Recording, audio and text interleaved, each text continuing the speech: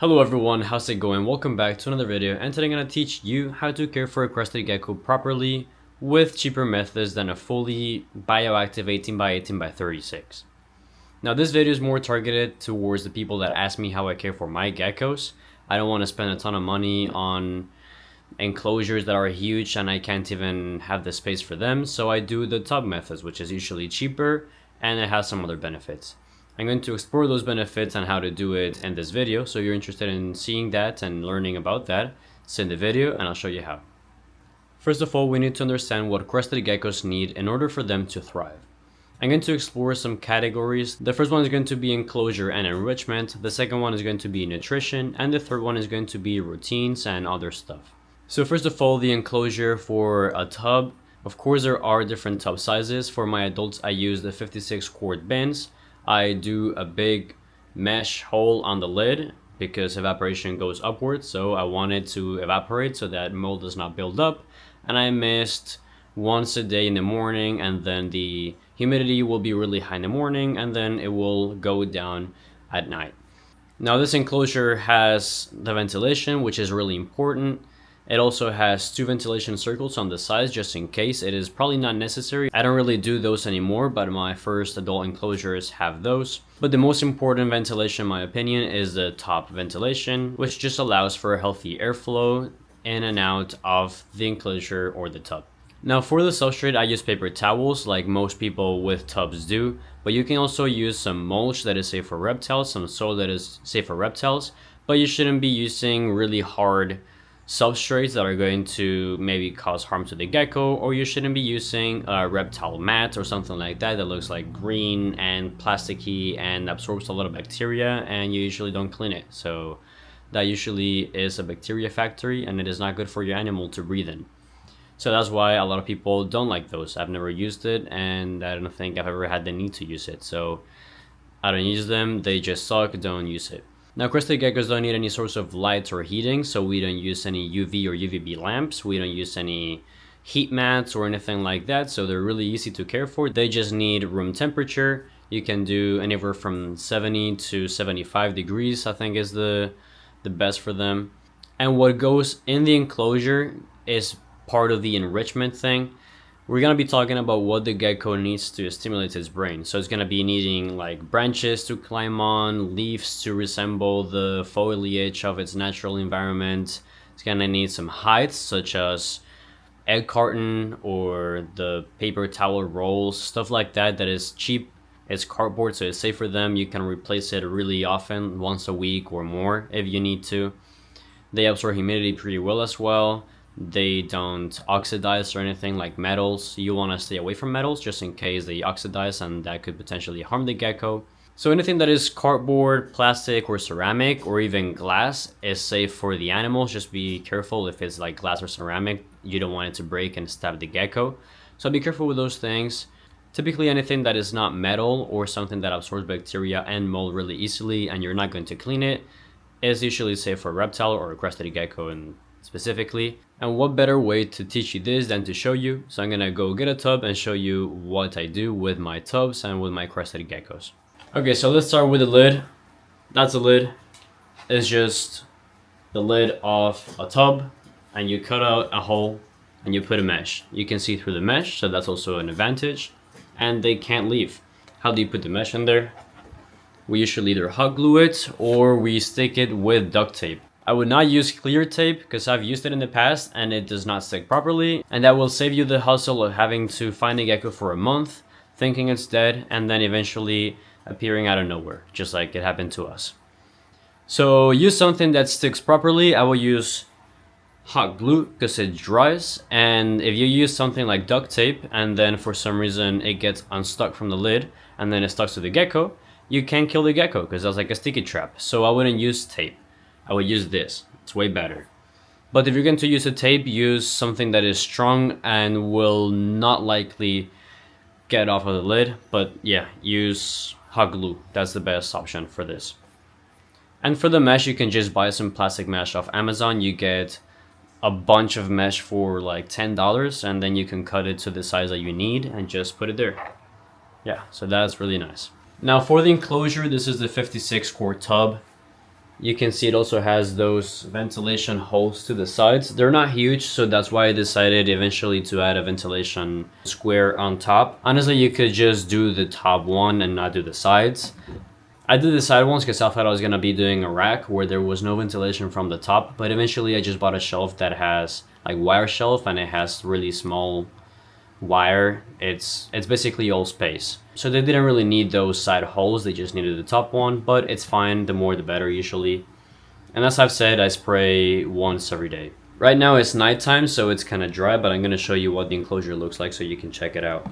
Okay, so this is the enclosure. We have these plants. They usually sleep here a lot as well. They don't use their heights as much, but I mean, these are really comfortable geckos. They're really chill generally, and they trust me. So that's probably why they sleep almost in the wide open. Some climbing areas, such as this or that. Then we have a water bowl that should always have water, and I'm going to add some water right now because it does not have water. Then some cork. So the cork is also curved, so they can hide in it. They usually sleep under here as well. You want a moss hide. This is a humid hide, and also they lay eggs in here. So if you're planning on breeding, you definitely need this. And if you have a female, you also need this, because females lay eggs even if they're not breeding. Not always, but sometimes they do, and you don't want to take the risk. So if you don't want your gecko to be egg bound, give them a humid hide or a moss hide, and they will lay there. I also use these rolls for them to hide. They're hollow, they like it. And finally, of course, the food, which I don't have here yet, but I'll show you in a minute how I prepare it and what I give them. Now for the medium-sized geckos, so 15 to 25 or even 30 grams, I would use something like this, which is bigger than a baby but smaller than the 56 quart tub. This is specifically a 30 quart bin. They work really well for the babies that size. They're also pretty tall relatively to what a tub usually looks like. So I like these for that reason. Remember, the crested geckos are arboreal geckos. They like the trees and they like climbing and jumping. So you want to give them taller rather than wider, or I guess longer. So just think about that. It's something that is good to know. And for these, what I do is basically the same, just a little hole in here. I didn't do this yet because I just bought them today and I didn't get a chance to do the hole yet, but that's what I do. If you want to do it, be careful. I would suggest going over the same line several times when you're cutting so that you don't puncture and break the whole lid. Because I don't know how you're going to buy a lid alone. I don't know if you can, but I don't know. Just do it. You don't want to break the lid. So just be patient, do it over and over again until it's really thin and you can just go right through it. I would do like 5 or 6 or maybe even more. Just go over it, and then go over it. And do a square, and then you put some mesh.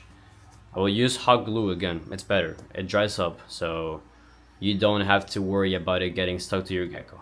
Now I'm not gonna show you one of those ready because I already showed you an adult, and it should look the same, maybe not the moss hide, because usually females don't lay until they are almost adults.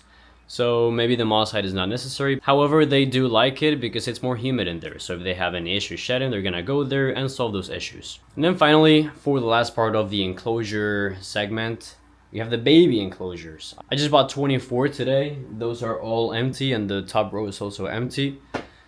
What I use is shoe boxes. It might sound weird, but they hold humidity pretty well and they have a really nice ventilation system on the back. It's just a hard plastic with a bunch of holes. So it's pretty nice. It's made for shoes, so they also need ventilation. You don't want your shoes to be smelly there, and then when you get them and put them on, they're smelly. So I don't know, you don't want stinky shoes. I guess you need ventilation too. So they work fine. Shoe boxes are usually what most people use, and I use them too. They're just convenient, they're cheap. I bought 12 for 30 or something like that. Well, about 24 for like 62. So it's pretty cheap. If you only have one gecko, you don't need this. I would do something more like the tub that I just showed you a minute ago, the 30 quart if it's a baby, and then the 56 if it's an adult. Now, an important way of doing things ethically is by enriching their environment. This means to give them new stuff so that the brain is stimulated. You don't want them to have the same things over and over again, just the same way you wouldn't like the same room forever or the same meal forever. You gotta offer them enrichment. This goes really hand to hand with the enclosure. You wanna change things up every now and then. You don't wanna change things up every single day because that can be stressful for them because they don't know where they are and a new environment is stressful. So maybe once every few months, change a little bit the things where they are and give them new options, give them new places to explore. So give them new objects or put the objects in different places, give them new meals, stuff like that. That is enrichment. That is good for their brain and they get new information that they might not have stored before. So it's just good for their brains. I mean, making them exercise their brain. So that's always good. Give them that and try to change things up a little bit every now and then. Now, when it comes to food, crested geckos are omnivores. They eat fruit, specifically more the rotten and soft fruit, and they don't eat any citrus things, so don't try to give them tangerines or mandarins or oranges or pineapple. I would avoid all those things. But you can give them the more soft fruits like watermelon and berries and stuff like that that is more sugary rather than sour. Of course, look it up before. I don't really know what fruits they can eat because I don't really give them fruit. I give them mostly bugs and the mix that is already prepared. There are companies out there that will do the whole process of mashing up fruit and bugs together so that your gecko has a healthy diet instead of you doing it on your own. They technically should know more than you do about crested gecko diet and health, so hopefully they do a better job than what you would do in your living room mashing up a few fruits and bugs together. When it comes to brands of gecko diet powder, I would suggest Repashy, Pangea, and Lugardi. I've tried all three of these and they work good for my geckos. I'm not talking about me because I have not tried them, but my geckos apparently like them. So I usually do a mix of like 50-50 Repashy, Mulberry Madness, and Pangea's growth and breeding. The growth and breeding usually is not as tasty as other diets, so I mix it up with the other diets that are more tasty. But since they're more tasty, they don't have as many nutrients as the growth and breeding, so I want that to be balanced out a little bit. I also don't want to do just one brand just in case one is worse than the other or has more harmful things than the other. And just I try to mix up everything so that it's not just a strict diet. And I also usually change different flavors as I get them. I tried the Lugardi ones. I think they have only 4, but they're adding more flavors. So I'll try those ones that come out. I also tried a bunch of the Pangea, the Repashy flavors. So try to give them new flavors. It's not about giving them the same diets every single day, and they're probably gonna eat better a diet that they have not tried before because it's more interesting, I guess. So try to buy new things. It costs usually the same price to buy a new one than the same one you've been giving them forever. So sometimes you can go out of the norm and buy something that you haven't bought before and try giving them that, and maybe they like it better. And when it comes to bugs, you can give them pretty much any kind of bug that is available in a pet store. Don't give them wild bugs because those usually carry parasites, and as we all know, parasites are no good for reptiles. Crickets, dubias, mealworms, superworms, hornworms, waxworms, all the insects that are available for feeders out there in online stores or reptile physical stores or whatever. Just any pet store that has any kind of bug is usually going to be a feeder. I mean, don't give them a millipede, but if they have like roaches, crickets, worms, those are usually feeders. They're usually safe for crested geckos, so try those out. I usually do crickets, but dubias and mealworms are also good. Superworms are really hard, and they're usually too big for a crested gecko. You can give them smaller superworms, but at that point you can just give them mealworms, which are just naturally smaller than a superworm. And then finally, when it comes to routines, I would say misting is important, giving them water in a bowl is important, and giving them food is important too.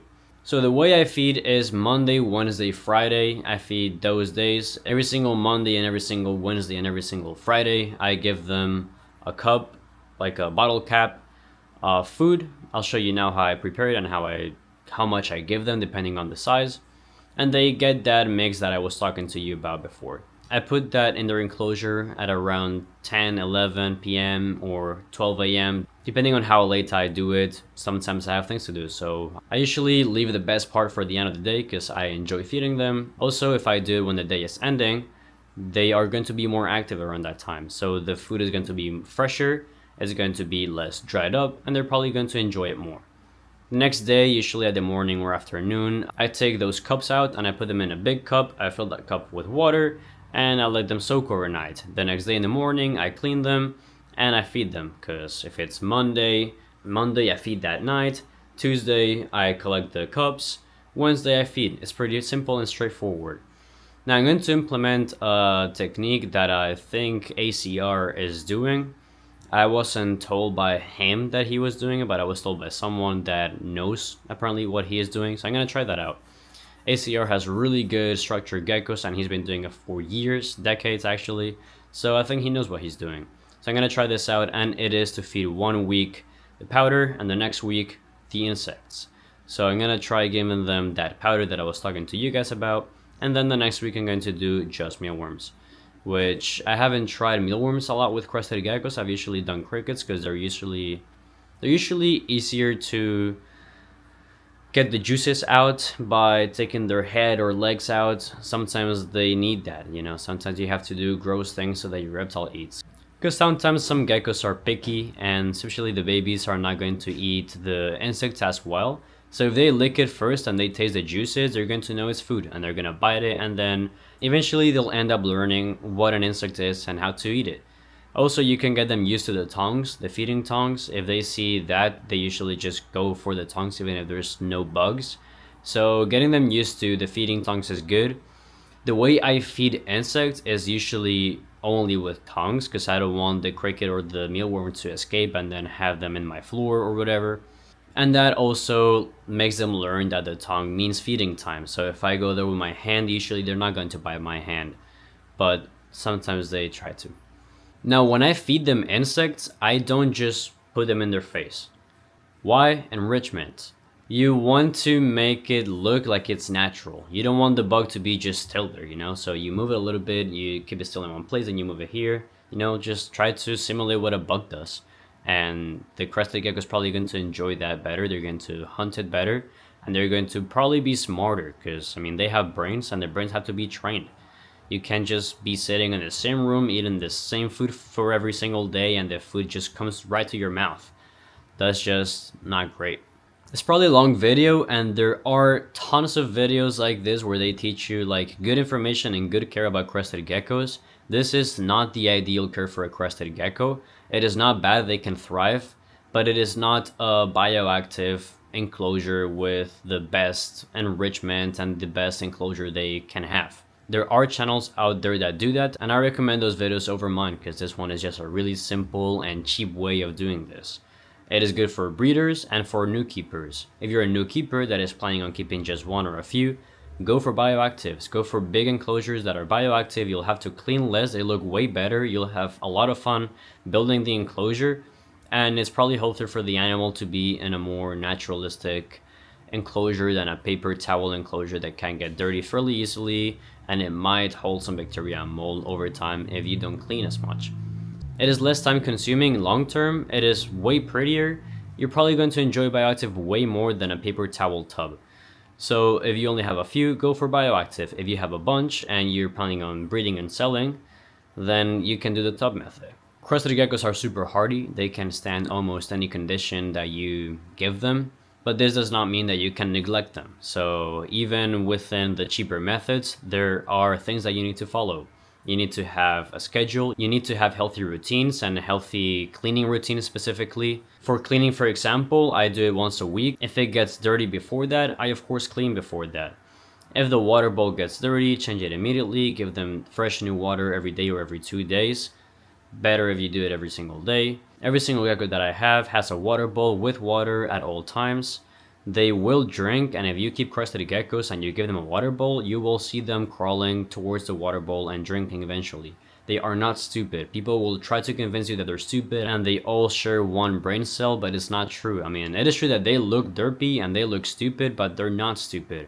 They learn over time, and they have certain behaviors that are not the ones that resemble a stupid animal. So try to enrich their lives, give them stuff that they need. You need water to live, they need water to live too. You don't just drink water from the droplets of the rain that fall from your ceiling or whatever. I don't know, maybe you have droplets coming out of your ceiling, but you don't do that. So you usually drink from a water cup. So crested geckos in the wild, they probably go to rivers or ponds or lakes or whatever, and they find some water and they'll drink it. I don't think they only drink water from droplets from the rain, because in captivity they don't just drink from misting. So give them that choice. You don't want to have an animal that has no choices. You want to give them choices. You have to give them food choices, water choices. You have to give them hiding choices, climbing choices. The more the choices, the more the enrichment, and the better for them. So with this, I'm going to conclude my video. I think it is pretty long, and as I've said, there's a ton of videos out there that are way better than this one. They're going to teach you how to properly care for a gecko. This is usually more for temporary enclosures or for breeding enclosures. If you have any questions about crested gecko health issues that could happen over time, there's a video that I made for that. If you have questions about genetics, I have a ton of videos about genetics as well, and you can always comment and I will reply almost immediately or even make a video about it. So there's no shame in commenting. I really love every single comment and I like to answer them. I like to see when someone comments. It's like exciting for me to see that. So any kind of support or comment, I just appreciate it. Go for it if you need to get a question answered, and I will be here the next week. So thank you for watching, and I'll see you in the next video. Bye.